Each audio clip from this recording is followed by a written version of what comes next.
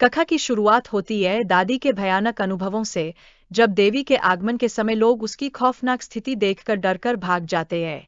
यह भयावह दृश्य लोगों के दिलों में एक गहरी छाप छोड़ देता है, जैसे कोई अनजाना अंधेरा उनके चारों ओर फैल गया हो। इसके बाद दादी अपने जीवन के अनुभवों के माध्यम से इस बात का खुलासा करती है कि कैसे लोग अपने जीवन की समस्याओं का समाधान पाने के लिए देवी की शरण में आते थे। लेकिन आजकल यह प्रथा जैसे कहीं खोती जा रही है, जिससे यह स्पष्ट होता है कि विश्वास और आस्था को समय के साथ बदलते हालातों ने कितना प्रभावित किया है। कहानी में एक पुरानी हवेली का भी जिक्र है, जो भूतिया मानी जाती है। यह हवेली अपने अंधेरे इतिहास और रहस्यमय घटनाओं के लिए प्रसिद्ध है, जिसके पास जाने में लोग अक्सर सकुचाते हैं। यह हवेली सिर्फ एक इमारत नहीं, बल्कि डर और रहस्य की प्रतीक बन चुकी है।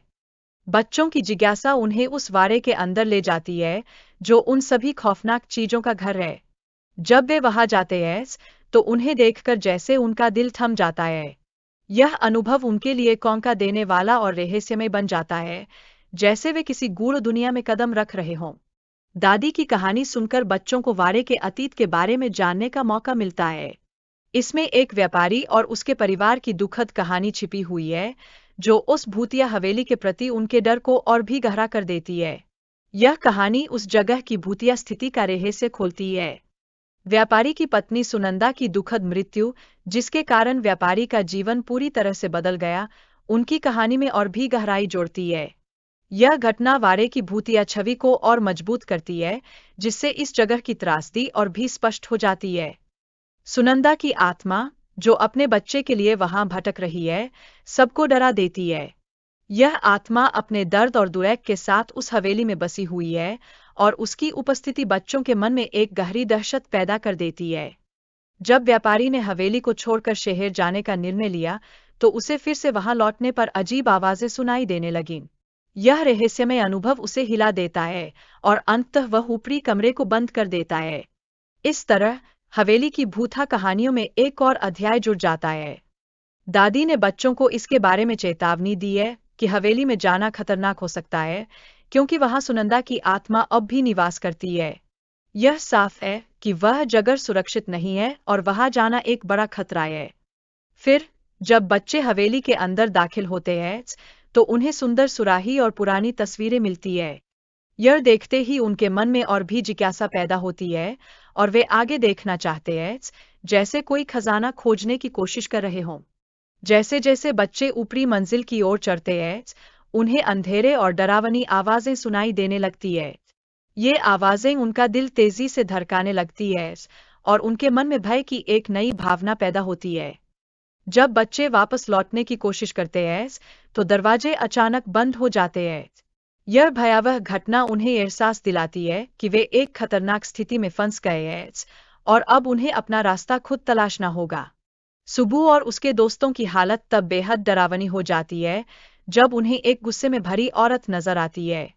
उसकी आंखों में एक अजीब सी ताकत है, जिससे वे सभी थरथरा उठते हैं। औरत ने सुबू को पकड़कर उसकी जेब से एक गहना निकाल लिया, जो यह दर्शाता है कि वह कुछ छुपा रही थी।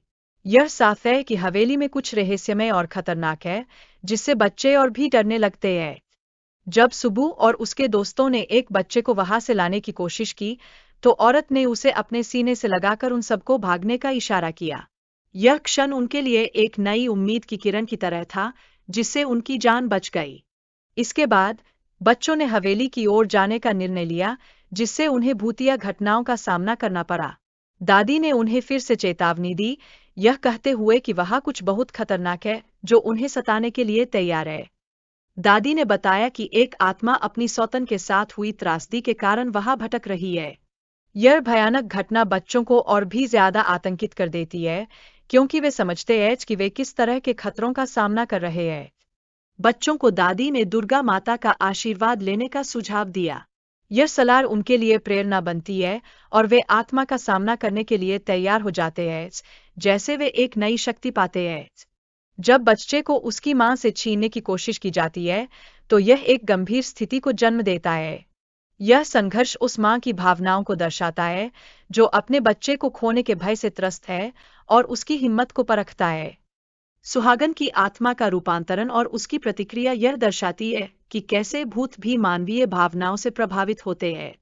यह कहानी में डर और दया के बीच के द्वंद्व को उजागर करती है, जिससे दर्शकों के मन में सवाल उठता है कि क्या आत्मा को वास्तव में शांति मिलेगी। कहानी में भाग्य और नियति का अहम स्थान है, जहां पात्र अपनी गलतियों के लिए खुद ही जिम्मेदार होते हैं।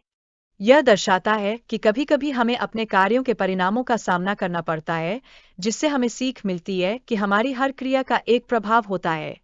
कहानी में डर और साहस का अद्भुत मिश्रण देखने को मिलता है। दादी का भयानक रूप इस बात का संकेत है कि कभी-कभी डर के पीछे अद्भुत शक्तियां छिपी होती है, जो हमारे जीवन को बदल सकती है। दादी ने आत्मा को नियंत्रित करने के लिए अपने भीतर की शक्तियों को जगाया। यह दिखाता है कि परिवार की रक्षा के लिए वह कितनी बलिदान करती है और किस तरह से अपनी इच्छा शक्ति का परिचय देती है। सुहागन की आत्मा की मां बनने की इच्छा को पूरा करने के लिए गुड़िया का उपयोग किया गया। यह प्रतीकात्मकता बताती है कि इच्छाओं को समझना कितना महत्वपूर्ण है और यह कैसे हमारी भावनाओं को दिशा दे सकता है।